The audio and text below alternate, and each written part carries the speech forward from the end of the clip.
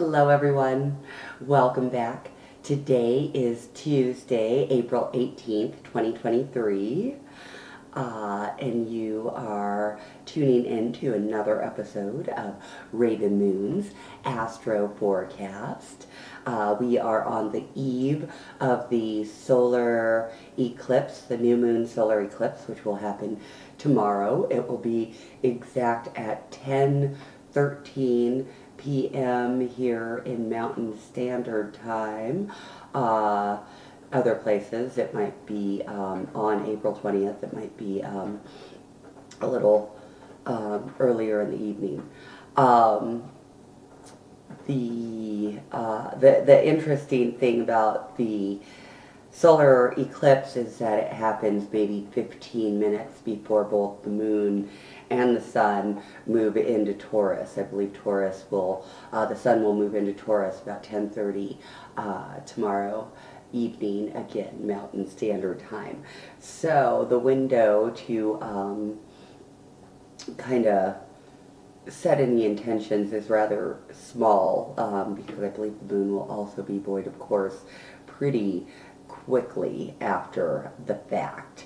I'll check into that this evening so that I have more information for you tomorrow when we dive into the solar eclipse. But let's definitely enjoy this last couple of hours, this last day or two of Aries energy that we have before our planets shift into Taurus. So we've been talking about the house positions, and today I want to talk about my personal favorite house, the fifth house. The fifth house corresponds to Leo. It is ruled by the sun, and Pluto is exalted in the fifth house.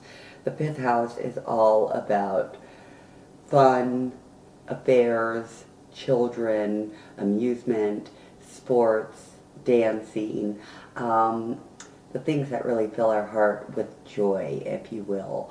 If you think about it, in the first house you have the creation of self, right? Awareness of self. Who am I? What, what do I want to achieve? Those kind of things, right? And then you move into the second house, which is now that you know self, now you can find out what you value and what you need to make yourself feel valuable, if you will. Then you move into the third house. So now the native has a mind and an ability to think and a way to communicate those needs to the world. And then you go into the fourth house, which is really settling down, starting roots, building a home.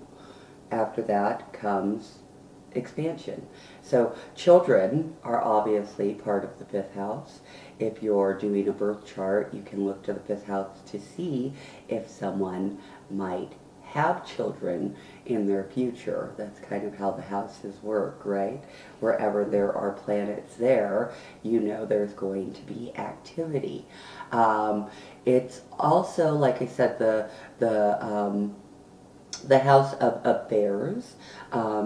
Definitely, the fifth house is more like, there's three houses that kind of deal with relationships, and it's all in very different ways, right? We'll go backwards, right? The eighth house is very much about sex and possession, whereas the seventh house is much more about love and marriage and partnership, where the fifth house is more about maybe crushes and the playfulness of sex and those kind of things. Now, again, affairs are denoted in this house. So you might have gotten married in your fourth house, or while you're going through your fourth house and building up a family, right? And then all of a sudden you realize, whoa, I did this because I needed it, not because I wanted it. And then you find out somebody that fuels what you want, that kind of thing. So that's how that kind of works out. Boy, my 5 minutes went very quickly. I think that means that today might be moving very quickly. Get out there, harness the energy of the stars. I'll be back tomorrow to talk about that new moon solar eclipse and possibly the sixth house.